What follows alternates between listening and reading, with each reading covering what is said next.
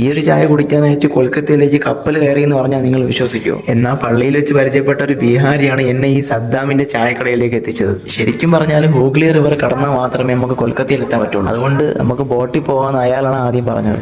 അങ്ങനെ കൽക്കട്ടയിലേക്ക് ബോട്ടിൽ പോകാന്ന് പറഞ്ഞുകൊണ്ടാണ് ഈ ബോട്ട് ജെട്ടിയിലേക്ക് നമ്മൾ വന്നത്. ഇവിടെ നിന്ന് കോലാബാരിയിലേക്ക് ഒരാൾക്ക് 6 രൂപയാണ് ടിക്കറ്റിന്റെ ചാർജ്. അങ്ങനെ കപ്പലിൽ കയറി ബോട്ടിൽ കയറി പോകുമ്പോൾ കണ്ട കാഴ്ചകളൊക്കെയാണ് ഈ കാണുന്ന കാഴ്ചകളൊക്കെ. ആ ദൂരെ മനോഹരമായിട്ട് കാണുന്ന ആ പാലത്തിന്റെ പേര് വിദ്യാസാഗർ പാലം എന്നാണ്. അത് ഏതൊരു വലിയ പണ്ഡിതന്റെ പേരിലാണ് ആ പാലം ഇപ്പൊ അറിയപ്പെടുന്നത്. അങ്ങനെ ഞങ്ങൾ അവിടെ എത്തിയ ഉടനെ ആദ്യം ചെയ്തതെന്ന് പറഞ്ഞാൽ നമ്മളൊരു ചായ കുടിച്ചു. അതിനുശേഷം ഈഡൻ ഗാർഡനിലൂടെ നമ്മൾ നടന്നു. നടക്കുന്നതിനിടയിൽ എന്റെ കൂടെ വന്ന ആൾ പറഞ്ഞു, ഇതേപോലെ സദ്ദാമിക്കാട് ഒരു കട ഉണ്ട്, ചായക്കട ഉണ്ട്, അവിടെ അടിപൊളിയാണ്, ഭയങ്കര ഫേമസ് ആണെന്നൊക്കെ പറഞ്ഞു. അങ്ങനെയാണ് നമ്മൾ സദ്ദാമിക്കാട് ചായക്കടയിൽ എത്തിയത്. എന്നാൽ പിന്നെ അതും കൂടെ കുടിച്ചിട്ട് സിറ്റിയിലേക്ക് ഇറങ്ങാമെന്ന് വിചാരിച്ചു. ഈ കാണുന്ന കപ്പുകളൊക്കെ മണ്ണ് കൊണ്ടുണ്ടാക്കിയ കപ്പുകളാണ്.